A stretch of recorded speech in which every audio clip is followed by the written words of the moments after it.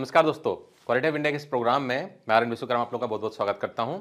दोस्तों, cost of quality और इसमें जो एक पार्ट होता है कॉस्ट ऑफ पुअर क्वालिटी, ठीक है ना। अब cost of quality, cost of poor quality में क्या डिफरेंस होता है इसको भी हम आगे में समझेंगे।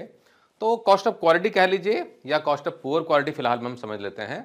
तो आखिर ये क्या कॉन्सेप्ट है और ये इंडस्ट्री के लिए इतना इंपॉर्टेंट क्यों है, क्यों काफ़ी सारी कंपनियां प्राइमरली मैन्युफैक्चरिंग लेकिन बहुत सारी नॉन मैन्युफैक्चरिंग कंपनियां भी रहती है जो कि कॉस्ट ऑफ क्वालिटी के कॉन्सेप्ट को इस्तेमाल करती हैं ऑपरेशनल इंप्रूवमेंट करने के लिए। और ऑपरेशंस में बहुत सारे तरह के जो फेलियर्स होती हैं, जो लॉसेस होती हैं, उनको आइडेंटिफाई करके उसमें इंप्रूवमेंट करने के लिए इसको इस्तेमाल करती है ना। तो कैसे ये इंडस्ट्री के लिए इतना इंपॉर्टेंट है इसको हम समझेंगे। तो अंत तक हमारे साथ में बने रहिएगा। इस वीडियो में बहुत ही इंपॉर्टेंट वीडियो होने वाला है और बहुत ही इंपॉर्टेंट कॉन्सेप्ट आपको समझने में आएगा। तो दोस्तों, हम समझेंगे कि कॉस्ट ऑफ क्वालिटी और इसमें जो पार्ट होता है कॉस्ट ऑफ पुअर क्वालिटी, क्या दोनों सेम चीज है? क्योंकि मैंने बहुत सारे लोगों को कहते हुए सुना है कॉस्ट ऑफ क्वालिटी या कॉस्ट ऑफ पुअर क्वालिटी दोनों सेम ही चीज है, या अगर कॉस्ट ऑफ क्वालिटी आपको कैलकुलेट करने के लिए बोला गया है तो आप कॉस्ट ऑफ पुअर क्वालिटी निकाल लो, एक ही चीज है। ये सही नहीं है। क्या अंतर है इसको हम समझेंगे, लेकिन उसके पहले हम समझते हैं कि कॉस्ट ऑफ क्वालिटी आखिर इसकी जरूरत क्यों है। तो दोस्तों, जब हम बात करते हैं क्वालिटी की, क्वालिटी क्या होता है? Quality defined as conformance to customer requirements, यानी कि कस्टमर के रिक्वायरमेंट को जो हम कंफर्म करते हैं, कन्फर्मेंस टू कस्टमर रिक्वायरमेंट, तो उसे हम कहेंगे क्वालिटी। वैसे काफी सारे क्वालिटी गुरु हैं और अलग अलग गुरुज के क्वालिटी के डेफिनेशन भी अलग अलग होते हैं, है ना। तो उसमें से एक इंपॉर्टेंट डेफिनेशन आता है कस्टमर की रिक्वायरमेंट को पूरा करना, कन्फर्मेंस टू कस्टमर रिक्वायरमेंट। बहुत सारे क्वालिटी गुरुज हैं, जैसे कि जोसेफ जुरान ने कहा था कि फिटनेस टू यूज, यानी कोई चीज अगर इस्तेमाल करने के लिए फिट बैठ रहा है तो वही प्रोडक्ट की क्वालिटी कहलाएगी। यहां पर कन्फर्मेंस टू रिक्वायरमेंट, कस्टमर की रिक्वायरमेंट जो अगर फुलफिल करते हैं तो वो क्वालिटी हो जाएगी। तो आखिर क्वालिटी की इतनी इंपॉर्टेंस क्यों है? तो दोस्तों, अगर हम लोग क्वालिटी की अगर बात करते हैं, supplier needs to perform several activities to assure that only conforming products are delivered to the customer. अगर हम बात करते हैं किसी भी मैन्युफैक्चरर की, कोई भी सप्लायर है जो कि कस्टमर को कोई प्रोडक्ट अगर दे रहा है, तो अल्टीमेटली उसका एम होता है कि सही क्वालिटी का मटेरियल हम लोग जो कि कस्टमर की रिक्वायरमेंट कंफर्म कर रहा है कस्टमर को प्रोवाइड करेंगे। अगर इन दोनों में अगर कुछ गैप रहा, मतलब क्या, कस्टमर ने जो मांगा है और आपने जो दिया है, इनमें अगर गैप रहेगा तो क्या होगा? ये एक तरीके से इशू क्रिएट करेगा और इसमें लॉसेस भी क्रिएट होंगी। लॉसेस किसके लिए हो सकता है? सबसे पहले तो कंपनी जो मैन्युफैक्चरिंग कर रहा है, अगर मैं मैन्युफैक्चरिंग की बात करता हूं तो जो कंपनी मैन्युफैक्चरिंग कर रहा है उस कंपनी को कुछ ना कुछ लॉस होगा, क्योंकि कस्टमर का ऑर्डर कुछ था, आपने बनाया कुछ और है, या एग्जैक्टली मीट नहीं कर रहा है ना। तो जो गैप निकल के आया है वो लॉस होगा कंपनी का। कस्टमर के लिए भी लॉस हो सकता है, क्वालिटी की रिक्वायरमेंट अगर मीट नहीं कर रही है तो, डिलीवरी टाइम पे नहीं जा रहा है तो, क्वांटिटी टाइम से नहीं मिल रहा है तो, रिक्वायर्ड क्वांटिटी जितना चाहिए उतना नहीं मिल रहा है तो, है ना। इसमें भी क्या हुआ? कस्टमर का भी लॉस है और कंपनी का खैर लॉस तो होगा ही होगा, है ना। तो ये सारे जो लॉसेस हैं, ये सारे जो वेस्ट है एक तरीके से, इसको अगर हम लोग कॉस्ट में कन्वर्ट करते हैं, है ना, तो यहां पर जो कॉस्ट वाला एलिमेंट आ गया है, यही इंपॉर्टेंट होता है मैनेजमेंट के लिए और यही हमारा फोकस पॉइंट है। हम जब बात करते हैं कॉस्ट ऑफ क्वालिटी, यानी कि क्वालिटी के लिए जो कॉस्ट लग रहा है, पुअर क्वालिटी के लिए जो कॉस्ट लग रहा है ना। नॉर्मली हम लोग क्या करते हैं, हम लोग अगर प्रोडक्ट का मैन्युफैक्चरिंग कर रहे हैं या कुछ सर्विसेज प्रोवाइड करते हैं तो हम लोग पार्ट को चेक करते हैं, भाई कितने पार्ट बन गए? 100 पार्ट बन गए, 2 पार्ट रिजेक्शन हो गए, है ना। तो हम लोग पीपीएम यानी कि पार्ट्स पर मिलियन में या परसेंटेज में रिजेक्शंस को, डिफेक्ट को हम लोग काउंट करते हैं, पीपीएम डीपीएम वगैरह वगैरह काउंट करते हैं। लेकिन कॉस्ट में कितना इंपैक्ट पड़ रहा है ये हम नहीं देखते हैं। तो इंपॉर्टेंट पॉइंट जो हम मिस करते हैं होता है कॉस्ट वाला एलिमेंट। तो यहां पर नेक्स्ट पॉइंट में क्या बोल रहा है? Quality cost is the cost of performing all such activities, यानी कि इसमें हमारे दो तरह के एक्टिविटी हो जाएंगे, एक होगा कन्फर्मेंस के लिए, दूसरा हो जाएगा नॉन कन्फर्मेंस के लिए। यानी कि दोस्तों, जब हम बात करते हैं कॉस्ट ऑफ क्वालिटी की तो उसमें दो पार्ट आ जाएगा, कॉस्ट ऑफ कन्फर्मेंस यानी कि कॉस्ट ऑफ कन्फर्मेंस आ जाएगा, एंड दूसरा भी आएगा कॉस्ट ऑफ नॉन कन्फर्मेंस। इसी नॉन कन्फर्मेंस वाले कॉस्ट को हम कहते हैं cost of poor quality, COPQ भी हम लोग कहते हैं, ठीक है ना।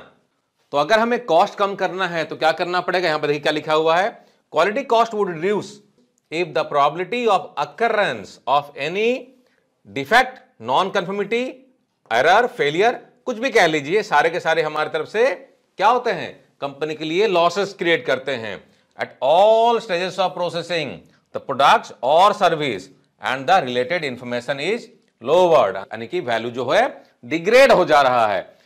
तो सारा जो ये डिफेक्ट क्रिएट हो रहा है, इश्यूज आ रही है, नॉन कंफर्मिटी आ रहा है, एरर आ रहा है, फेलियर आ रहा है, इनके वजह से कंपनी को जो लॉसेस हो रहा है इसको हम कन्वर्ट करते हैं कॉस्ट में, जब हम बात करते हैं cost of quality, cost of poor quality.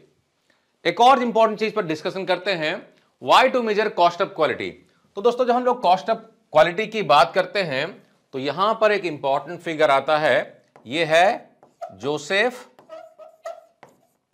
M जुरान, है ना। जुरान जी काफी मतलब प्रोमिनेंट फिगर हैं जब हम क्वालिटी मैनेजमेंट की बात करते हैं। तो इनफैक्ट जुरान और इनके जो साथी थे डॉक्टर एडवर्ड डेमिंग, दोनों ने जापान में जाके काफी कुछ काम किया था 1950-55 में, और इनफैक्ट डेमिंग को क्रेडिट देते हुए जापान ने डेमिंग अवार्ड भी शुरू किया था। और जुरान ने भी काफ़ी मतलब कंट्रीब्यूशन किया है क्वालिटी मैनेजमेंट की। अगर बात करते हैं तो इनका जो हैंडबुक है, क्वालिटी हैंडबुक, वो क्वालिटी प्रोफेशनल्स के लिए एक तरीके से मतलब एक बहुत बड़ा किताब माना जाता है, इंपॉर्टेंट किताब है ना। टिपिकली जो कहते हैं बाइबल फॉर क्वालिटी मैनेजर्स, ठीक है ना। आप बाइबल कह लीजिए, गीता कह लीजिए, कुरान कह लीजिए, कुछ भी कह लीजिए, मतलब एक इंपॉर्टेंट किताब है क्वालिटी प्रोफेशनल्स के लिए। और जुरान ट्रायोलॉजी हो गए और भी बहुत सारे कंट्रीब्यूशन इनके हैं। तो इनका क्या कहना था, इनका कहना है managers and workers speak language of things but senior managers और senior leaders speak language of money. Important चीज है।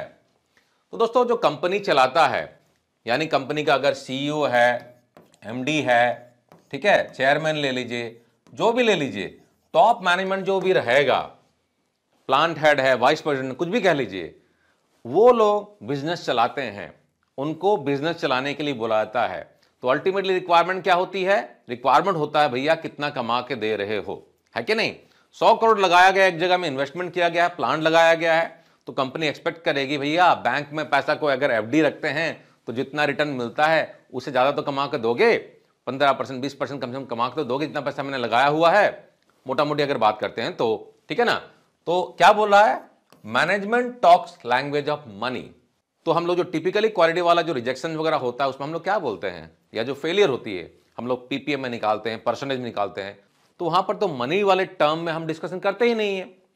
एग्जाम्पल के तौर पे मैं आपको दिखाता हूं, लेट्स से प्लांट ए है और प्लांट बी है, दो प्लांट है और दोनों प्लांट में प्रोडक्शन हो रही है, ठीक है ना। लेट्स से 100 करोड़ का इन्होंने सेल्स किया, एक पर्टिकुलर मंथ ले लेते हैं, लेट्स से ले लेते हैं जनवरी 2024 में, ठीक है, और इसने भी 100 करोड़ का सेल किया, दोनों ने 100 करोड़ का सेल किया हुआ है। और इसमें जो डिफेक्ट निकला, रिजेक्शन निकला है, लेट्स से मान लेते हैं 100 पीपीएम, ठीक है, और यहां पर भी आया 100 पीपीएम। तो आप क्या बोलोगे, दोनों का परफॉर्मेंस सेम है ना। एक सरसरी निगाह से अगर देखते हैं तो हमको लगता है कि दोनों का परफॉर्मेंस सेम ही है, क्योंकि 100 करोड़ का सेल किया है, 100 करोड़ का इसने भी सेल किया है, इसका भी रिजेक्शन 100 पीपीएम है, इसका भी रिजेक्शन 100 पीपीएम है। प्रॉफिट कुछ भी आए, मान लेते हैं चलो प्रॉफिट भी आया, एक्स आया, इसका भी एक्स आया, ठीक है ना। लेकिन पीपीएम में जो हम लोग देखते हैं ना यहां पे, तो क्या होता है, दोनों सेम नजर आ रहा है। अब इसको थोड़ा सा चेंज करते हैं, लेट्स से ये बनाता है क्रैंकशाफ्ट, क्रैंकशाफ्ट बनाता है और ये बनाता है वाशर, ठीक है। एक क्रैंकशाफ्ट का पैसा, इसका जो रेट जो है, लेट्स से पकड़ लेते हैं 10,000, ठीक है, 10,000 रुपया, रुपीस 10,000, और एक वाशर का रेट है ₹1। वैसे 1 रुपया भी महंगा हो गया, खैर मान लेते फिलहाल में 1 रुपया। अब देखो 100 पीपीएम रिजेक्शन इसका हुआ है, जबकि एक पार्ट का कॉस्ट कितना, 10,000 रुपया, और इसका भी 100 पीपीएम है, एक पार्ट का रिजेक्शन कितना हो रहा है, 1 रुपया हो रहा है। जब आप इसको कॉस्ट में निकालोगे तो आप देखोगे कि इसका कॉस्ट में जो वेस्टेज हो रही है, कंपनी को लॉसेस हो रहा है, वो कहीं ज्यादा है कंपेयर टू ये, क्योंकि ये तो छोटा छोटा वाशर बना रहा है। तो अगर 100 पीपीएम का रिजेक्शन भी हो रहा है, ठीक है ना, तो हार्डली रिजेक्शन का कॉस्ट जो होगा बहुत कम होगा, जबकि यहां पर काफी बड़ा इंपैक्ट आएगा। तो यही फर्क होता है जब हम लोग चीजों को कॉस्ट वाले टर्म में कैलकुलेट करते हैं। तो कॉस्ट ऑफ क्वालिटी का इंपॉर्टेंस इसलिए बहुत हो जाता है क्योंकि मैनेजमेंट जो होती है वो मनी की लैंग्वेज को समझती है और जब हम रिजेक्शंस को, बाकी जो फेलियर्स वगैरह हो रहे हैं, उसे जब हम कॉस्ट में कन्वर्ट करते हैं तो क्या होता है, वो मैनेजमेंट के लिए इंपॉर्टेंट एलिमेंट होता है। चलिए आगे बढ़ते हैं और कॉस्ट ऑफ क्वालिटी कुछ इंपॉर्टेंट एलिमेंट को समझते हैं। तो दोस्तों, जब हम कॉस्ट ऑफ क्वालिटी की बात करते हैं तो कॉस्ट ऑफ क्वालिटी में ब्रॉडली 3 एलिमेंट आता है: cost of conformance, cost of non conformance and cost of lost opportunities. तो 3 एरिया बन गई, 1 और ये मेरा 2 और ये 3। थर्ड वाला जो है लॉस्ट अपॉर्चुनिटी, बहुत ही रेयरली डिस्कस किया जाता है क्योंकि इसको कैलकुलेट करना बड़ा टफ होता है और मैंने बहुत ही कम लोगों को देखा इसके बारे में डिस्कशन करते हुए। मोस्टली वो डिस्कशन करते हैं ये, और उसमें सबसे ज्यादा डिस्कशन होता है ये कॉस्ट ऑफ नॉन कन्फर्मेंस, जिसे कि हम कहते हैं कॉस्ट ऑफ पुअर क्वालिटी। ठीक है ना। इनफैक्ट अगर क्वालिटी मैनेजमेंट सिस्टम की बात करें जिसमें कि IATF 16949 ऑटोमोटिव इंडस्ट्री के लिए, ठीक है ना, 16949, तो ये बात करता है कॉस्ट ऑफ पुअर क्वालिटी को कैलकुलेट करने के लिए। MRM में आपको कॉस्ट ऑफ पुअर क्वालिटी का इनपुट लेना है, लेकिन कॉस्ट ऑफ क्वालिटी की वो यहां पर बात नहीं करता है। तो कॉस्ट ऑफ क्वालिटी क्या हो जाएगा, ये प्लस ये और ये मिला लो, प्लस इसको भी मिला लो तो बन जाएगा कॉस्ट ऑफ क्वालिटी। और ये बनता है कॉस्ट ऑफ नॉन कन्फर्मेंस हो जाता है, ये होता है cost of poor quality. Detail में थोड़ा सा और आगे में समझते हैं। तो पहले समझ लेते हैं कि कॉस्ट ऑफ क्वालिटी में हमारा जो 2 एलिमेंट हमने देखा था, cost of conformance and cost of non conformance. ठीक है ना। तो कॉस्ट ऑफ कन्फर्मेंस में दोस्तों हमारे 2 पार्ट होते हैं, prevention cost and appraisal cost. ठीक है ना। प्रिवेंशन का मतलब होता है प्रिवेंट करने के लिए आप क्या कॉस्ट लगा रहे हैं। दोस्तों, ये जो मैं बना रहा हूं वीडियो, ये शॉर्ट वीडियो है और यहां पर हम ब्रॉड लेवल में समझ रहे हैं cost of quality, cost of poor quality क्या होता है। वैसे हमारा एक डिटेल में कोर्स है इसके बारे में, क्वालिटी कॉस्ट एक्सपर्ट का सेल्फ पेस्ड लर्निंग का कोर्स है, काफी नॉमिनल प्राइस में है। उसमें हमने चीजों को बहुत ही इलैबोरेटली एक्सप्लेन किया, हर एक एलिमेंट को हमने एक्सप्लेन किया है, कैसे कैसे कैप्चर करना डेटा को, कैसे टीम फॉर्मेशन करना है, क्या क्या स्टेप्स होते हैं कॉस्ट ऑफ पुअर क्वालिटी या कॉस्ट ऑफ क्वालिटी के इनिशिएटिव को अगर आप अपनी कंपनी में ड्राइव करना चाहते हैं, फॉर्मेट कैसे होता है डाटा कैप्चरिंग करने का, कैलकुलेशन करने का, एनालिसिस करने का, सारा फॉर्मेट भी आपको दिया जाएगा और आपको सारा चीजें एक्सप्लेन किया जाएगा। ठीक है ना। सेल्फ बेस्ड लर्निंग का प्रोग्राम है, आप घर बैठे अपने हिसाब से सीख सकते हैं। वैसे डाउट क्लियरिंग सेशन हमारा लाइव होता है, हर वीक में होता है, तो अगर कुछ डाउट वगैरह होती है तो लाइव सेशन में आप जुड़ के अपने डाउट्स भी क्लियर कर सकते हैं और घर बैठे सीख के सर्टिफाइड भी हो सकते हैं और इस इनिशिएटिव को अपने कंपनी में ड्राइव करके आप लाखों करोड़ों की सेविंग कर सकते हैं। तो चलिए आगे बढ़ते हैं, हम बात करते हैं कन्फर्मेंस कॉस्ट की। तो कन्फर्मेंस वाले में देखिए प्रिवेंशन कॉस्ट होता है और अप्रेजल कॉस्ट होता है। प्रिवेंशन में वो सारे एक्सपेंसेस जो कि प्रिवेंट करने के लिए हम लोग कर रहे हैं, तो प्रिवेंट करने के लिए क्या क्या एक्सपेंसेस हो जाएंगे, हमारा ट्रेनिंग पर खर्चा होता है, प्रिवेंशन कॉस्ट है। प्रिवेंटिव मेंटेनेंस करते हैं मशीनों का, वो प्रिवेंशन कॉस्ट हो जाएगा। इसके अलावा सप्लायर का डेवलपमेंट करते हैं, सप्लायर का असेसमेंट करते हैं, एपीक्यूपी करते हैं, पीपैप करते हैं, सिस्टम इंप्लीमेंटेशन करते हैं, वगैरह वगैरह। ये सारे जो कॉस्ट होते हैं ब्रॉड लेवल में अगर बात करें तो ये सिस्टम बनाने के लिए, प्रिवेंट करने के लिए आप इस्तेमाल करते हो, एसपीसी करते हो, कंट्रोल चार्ट इस्तेमाल करते हो, पुकायो को लगाते हो, ये सारे सारे प्रिवेंशन वाले कॉस्ट है, उनको कैलकुलेट करना है और उसको आपको डालना है इस बकेट में, प्रिवेंशन कॉस्ट। ठीक है। नेक्स्ट हो गया हमारा अप्रेजल कॉस्ट। तो अप्रेजल जैसे कि नाम बता रहा है, अप्रेज करना, स्टेटस जानना। क्या करते हैं यहां पे हम, तो अप्रेजल वाले कॉस्ट में हम क्या करते हैं, हमारा जो incoming inspection, in process inspection, PDI inspection होता है, हमारे जो डिफरेंट टाइप के जो टेस्टिंग्स होते हैं, मेटलर्जिकल टेस्टिंग हो गया, डिस्ट्रक्टिव टेस्टिंग हो गया, वगैरह वगैरह, ये सारे के सारे जो होते हैं ये होते हैं हमारा अप्रेजल, स्टेटस जानना, यानी कि जितने तरह के इंस्पेक्शन टेस्टिंग हमारा हो गया है वो सारा सर आ जाएगा अप्रेजल कॉस्ट में। ठीक है ना। तो ये हो गया हमारा कन्फर्मेंस। जितना कन्फर्मेंस में ज्यादा रहेगा उतना बढ़िया है कंपनी के लिए, और फेलियर नॉन कन्फर्मेंस जितना कम रहेगा उतना बढ़िया है कंपनी के लिए। ठीक है ना। नॉन कन्फर्मेंस की जब बात करते हैं, जैसे कि हम कहते हैं कॉस्ट ऑफ पुअर क्वालिटी, और मोस्टली लोग इसको ही कैलकुलेट करते हैं। ठीक है। तो कॉस्ट ऑफ पुअर क्वालिटी हो गया, तो इसमें हो गया इंटरनल फेलियर और एक्सटर्नल फेलियर, 2 तरह के फेलियर हमारे हो गए।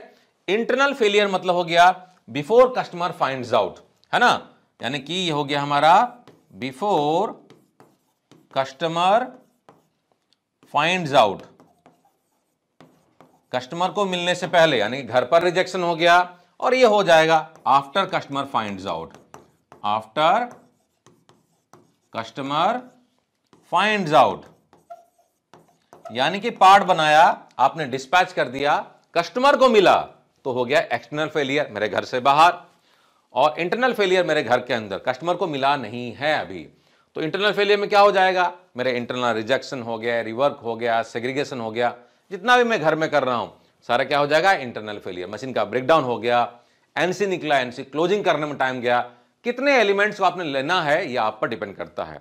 तो दोस्तों डिटेल्स में इसका जो सारा एलिमेंट्स है उसको हमने हमारे पेड कोर्सेज में रखा हुआ है। फिलहाल में भी आपको मैं ब्रॉड लेवल का ओवरव्यू दे रहा हूं ताकि आपको मोटा मोटी अंडरस्टैंडिंग हो जाएगा ये कॉन्सेप्ट है क्या। बहुत इंपॉर्टेंट कॉन्सेप्ट है। एक्सटर्नल फेलियर हो गया आफ्टर कस्टमर फाइंड्स आउट, यानी कि प्रोडक्ट बना के पैकिंग करके कस्टमर को आपने बेच दिया, कस्टमर के यहां पहुंचा, कस्टमर ने पैकेट को खोला या कार्टन को निकाला, जो भी आपने डिस्पैच किया होगा, सिस्टम लगाया होगा, अपने यहां पर असेंबली करने गया या उसको इस्तेमाल करने गया और वहां पर उसको कुछ डिफेक्ट मिला, तो क्या हो जाएगा ये एक्सटर्नल फेलियर। या फील्ड में कोई फेलियर हो गया, जिस भी प्रोडक्ट के लिए आपने पार्ट बनाया, फॉर एग्जांपल ऑटोमोटिव के लिए आप सप्लाई कर रहे हैं तो गाड़ी में लगाया, गाड़ी फील्ड में जाके फेल हो गया, मोटर के लिए पार्ट बना रहे हैं, पंप के लिए पार्ट बना रहे हैं आप, पंप फील्ड में फेलियर हो गया तो भी एक्सटर्नल फेलियर आएगा। तो कस्टमर का रिटर्न होता है, कस्टमर कंप्लेंट्स आते हैं, फील्ड के फेलियर्स होते हैं, है ना, वारंटी में फेलियर्स होते हैं, सारा का सारा एक्सटर्नल फेलियर होता है। तो जितने भी फेलियर हो गए मेरा इंटरनल चाहे एक्सटर्नल, दोनों को मिलाकर हम कहेंगे कॉस्ट ऑफ पुअर क्वालिटी, है ना। तो आइडियली कितना होना चाहिए कॉस्ट ऑफ पुअर क्वालिटी। अगर टोटल कॉस्ट ऑफ क्वालिटी को लिखते हैं तो टोटल कॉस्ट ऑफ क्वालिटी में जो कॉन्फ़िगरेशन बनता है वो होता है प्रिवेंशन कॉस्ट, जो होता है आपका प्रिवेंशन कॉस्ट आपका 80% होना चाहिए टोटल कॉस्ट ऑफ क्वालिटी का। उसके बाद में अप्रेजल कॉस्ट जो है वो अप्रेजल कॉस्ट जो है आपका 20% होना चाहिए, बन गया यहाँ पे आपका 100%, ठीक है ना।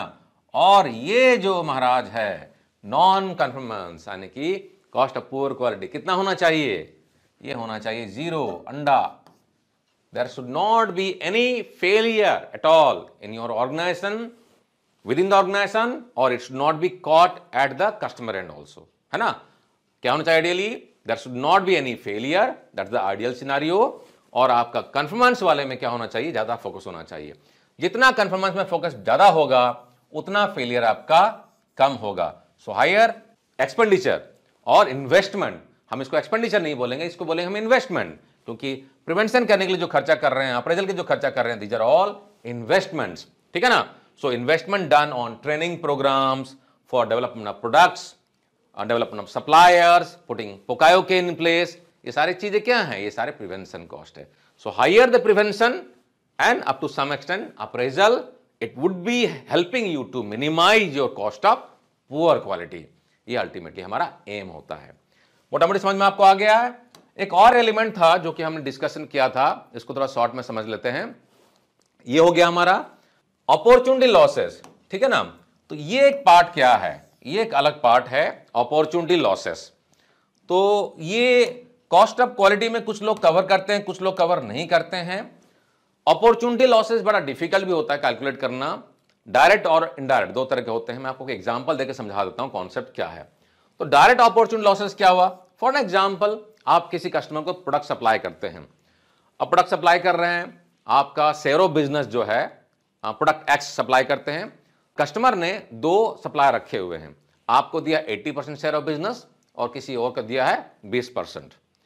अब प्रोडक्ट की क्वालिटी की वजह से आपका प्रोडक्ट की क्वालिटी सही नहीं है, कंप्लेंट्स आ रहे हैं, कस्टमर ने क्या किया, जो आपका शेयर ऑफ बिजनेस है, जिसे हम शॉर्ट में एसओबी कहते हैं इंडस्ट्री में, शेयर ऑफ बिजनेस, इसको मिनिमाइज कर दिया, रिड्यूस कर दिया कि भैया आपका गड़बड़ है, दूसरे वाले सप्लायर का क्या कर दिया, बढ़ा दिया। तो ये जो इंपैक्ट पड़ा, आपका जो लॉस हुआ, ये आपका डायरेक्ट अपॉर्चुनिटी लॉस हो गया। ये किसकी वजह से हुआ, आपके कॉस्ट ऑफ पुअर क्वालिटी की वजह से ये इंपैक्ट हो गया, डायरेक्ट लॉसेस। या कुछ और आपको बिजनेस मिलने वाला था, उसी कस्टमर से नया प्रोडक्ट मिलने वाला था, आपके रेस्पॉन्सेस सही नहीं है, आपके प्रोडक्ट डेवलपमेंट का टाइम सही नहीं है, प्रोडक्ट की क्वालिटी सही नहीं है, वगैरह वगैरह जो भी इशूज हैं, इसके वजह से क्या हुआ, कस्टमर ने आपका वो बिजनेस कम कर दिया, नया वाला बिजनेस जो मिलना था वो भी कम कर दिया। ये सब क्या हो गया, डायरेक्ट अपॉर्चुनिटी लॉसेस। कैलकुलेट कर सकते हैं, इसको कीजिए क्योंकि बहुत इंपॉर्टेंट होता है। ये बहुत सारी चीजें रहती है जो कि हमारे बिजनेस को इंपैक्ट करती है, लोगों को पता नहीं चलता है और इस पर फोकस नहीं करते हैं। उसके बाद में हो गया हमारा इनडायरेक्ट लॉसेस। अब इनडायरेक्ट लॉसेस में क्या हो सकता है, एक एग्जांपल ले लेता हूं। सपोज आप एक कस्टमर एक्स को सप्लाई कर रहे थे प्रोडक्ट, और एक फोरम था जहां पर कि कस्टमर वाई भी आया हुआ था, जेड भी आया हुआ था, कस्टमर पी भी आया हुआ था, कस्टमर एम भी आया हुआ था, उस फोरम में सारे बैठे हुए थे। तो एक्स ने बोला कि यार आपको पता है मेरा जो एक सप्लायर है, मान लेते हैं आपका कंपनी का नाम है एंटी इंडस्ट्री, ठीक है, एंटी इंडस्ट्री, तो ये एंटी इंडस्ट्री बड़ा गड़बड़ है, इसकी प्रोडक्ट क्वालिटी सही नहीं है, ये रेस्पॉन्स सही भी देता नहीं है, वगैरह वगैरह। अब इसके वजह से क्या हुआ, इस कस्टमर पे, यानी कि जो आपको ऑर्डर देने वाले थे या सोच रहे थे, आपका डिस्कशन चल रहा था, आपके मार्केटिंग वाला विजिट कर रहे थे, उन्होंने आपका ऑर्डर कैंसिल कर दिया। आपको पता भी नहीं चला या पता चला भी होगा, कुछ भी हो सकता है, ठीक है ना। ये क्या हो गया, इनडायरेक्ट इंपैक्ट हो गया। और भी चीजें हो सकती हैं। एग्जांपल है कि आपका फील्ड फेलियर हो रहा है, पेपर में छप गया, कंपनी का कुछ नाम खराब हुआ, पेपर में छप गया, और उसके वजह से ये कस्टमर जो आपको ऑर्डर देने वाले थे, इन्होंने आपके ऑर्डर को कैंसिल कर दिया क्योंकि मार्केट में आपका नाम खराब हो रहा है। ये सारे इनडायरेक्ट लॉसेस हैं। बहुत इंपॉर्टेंट रहता है, बिजनेस को ये काफी हद तक खा जाता है, अपॉर्चुनिटी लॉसेस जो हैं, डायरेक्ट और इनडायरेक्ट। लेकिन कंपनियां इस पर फोकस नहीं करती है, ठीक है ना। सोचती है कि सिर्फ मैं कॉस्ट पुअर क्वालिटी कम कर लूंगा तो हो जाएगा। सही बात है, लेकिन इसमें क्या इंपैक्ट पड़ रहा है, एटलीस्ट हमारा इस पर डिस्कशन होना चाहिए। और एज फार एज पॉसिबल अगर अपॉर्चुनिटी मिलता है तो उसको हम कैलकुलेट करके एटलीस्ट प्रोजेक्ट करें। टॉप मैनेजमेंट को पता चलना चाहिए कि भाई क्या क्या हो रहा है इंपैक्ट, कितना हो रहा है इंपैक्ट, क्या क्या लॉसेस हो रही हैं या हो सकती हैं, ताकि उस पर एटलीस्ट सोचना शुरू करें, काम करना शुरू करें। अगर शुरू करेंगे तो क्या होगा, कुछ ना कुछ पॉजिटिव इंपैक्ट आएगा, बिजनेस में कुछ अच्छा एक्शन होगा और बिजनेस में आपका मतलब पॉजिटिव रिजल्ट भी आपको देखने के लिए मिलेगा, ठीक है ना। तो दोस्तों ये रहा हमारा cost of quality and cost of poor quality, है ना। दोनों सेम चीज नहीं है, दोनों अलग अलग चीजें हैं। कॉस्ट ऑफ क्वालिटी में क्या होता है, कॉस्ट ऑफ क्वालिटी में मेरा कॉस्ट ऑफ कंफर्मेंस भी आता है, कॉस्ट ऑफ नॉन कंफर्मेंस भी आता है और अपॉर्चुनिटी लॉसेस भी आता है। लेकिन कॉस्ट ऑफ पुअर क्वालिटी की अगर बात करते हैं तो सिर्फ कॉस्ट ऑफ पुअर क्वालिटी में यह आता है, मेरा इंटरनल फेलियर और एक्सटर्नल फेलियर आता है। तो मेजोरिटी कंपनियां क्या करती है, पहले इस पर फोकस करती हैं क्योंकि अल्टीमेटली इसी को कम करना होता है और इसको तो खैर बढ़ाना होता है, ठीक है ना। आप पर डिपेंड करता है कि आप कैसे इसको यूज करना चाहते हैं। बहुत इंपॉर्टेंट टूल है, इसको आप यूज करें। और हाँ, जैसे मैंने बताया, अगर इसको स्टेप बाय स्टेप आप समझना चाहते हैं कैसे कंपनी में रोल आउट करना है, क्या क्या फॉर्मेट्स है, तो हमारा कोर्स है, आप उसको एक्सप्लोर करना ना भूलें, सर्टिफाइड क्वालिटी कॉस्ट एक्सपर्ट। और हाँ दोस्तों, अगर आपने हमारे ऑनलाइन ट्रेनिंग कम सर्टिफिकेशन प्रोग्राम का बेनिफिट अगर नहीं उठाया है, देर न करें। क्वालिटी हब इंडिया के ऐप को आप एंड्रॉयड स्टोर से और एप्पल के स्टोर से डाउनलोड कर सकते हैं और ढेरों कोर्सेज हैं, आप उनको एक्सप्लोर कर सकते हैं। यहाँ पर आप देख सकते हैं 6 सिग्मा के सारे लेवल्स मिल जाएंगे, GD&T पे कोर्स है, रूट कॉज एनालिसिस है, ओवरऑल इक्विपमेंट इफेक्टिवनेस है, प्रॉब्लम सॉल्विंग के टूल टेक्निक्स हैं, इंटरनल ऑडिटर कोर्सेज हैं, डेली वर्क मैनेजमेंट पे कोर्सेज हैं, बहुत सारे कोर्सेज हैं। आप इन कोर्सेज को एक्सप्लोर कर सकते हैं, घर बैठे सीख सकते हैं। काफ़ी सारे लाइव कोर्सेज भी चलते हैं। Certified internal auditor, problem solving tools हैं, है ना, सॉफ्ट फ्लोर मैनेजमेंट है, सर्टिफाइड क्वालिटी इंस्पेक्टर है, कॉस्ट रिडक्शन का टेक्निक भी कोर्स है। आप चाहें तो इसको आप डिटेल में देख के अपने कंपनी में इंप्लीमेंटेशन कर सकते हैं और काफ़ी कॉस्ट बचा सकते हैं। आप देख सकते हैं कि इसमें रेटिंग जो मिली है, बहुत अच्छी रेटिंग मिली है। तो सारे कोर्स में आपको रेटिंग मिल जाएगा। प्राइसेस काफ़ी नॉमिनल है, जैसे देखिए यहाँ पर 599 रुपये का कोर्स है, बहुत ही नॉमिनल प्राइस में है। वेंडर सिस्टम असेसमेंट, अगर आप अपनी कंपनी को अगर आप ग्रीन सप्लायर बनाना चाहते हैं, कस्टमर के रिक्वायरमेंट को फुलफिल करना चाहते हैं, तो आप इस कोर्स को एक्सप्लोर कर सकते हैं। बहुत ही डिटेल में कंटेंट बनाया गया है और बहुत ही एक्सक्लूसिव कोर्स है। इसमें मतलब जो कस्टमर ऑडिट के जो भी रिक्वायरमेंट होते हैं, सारे रिक्वायरमेंट को कवर किया गया है। तो डिटेल में अगर कंटेंट आप देखना चाहते हैं तो इसमें आप जाके नीचे में आप सारे चीज़ों को एक्सप्लोर कर सकते हैं। देखिए कोर्स क्यूरिकुलम में आपको सारा कंटेंट मिल जाएगा, सारे क्लॉजेस जो हैं, production preparation, regulation for initial production control, 4M change management, standard management, सारे कंटेंट आपको मिल जाएंगे। कैसे यूज़ करना है, लोगों की रेटिंग वगैरह आपको देखने के लिए मिल जाएगी, वगैरह वगैरह। तो देर ना करें।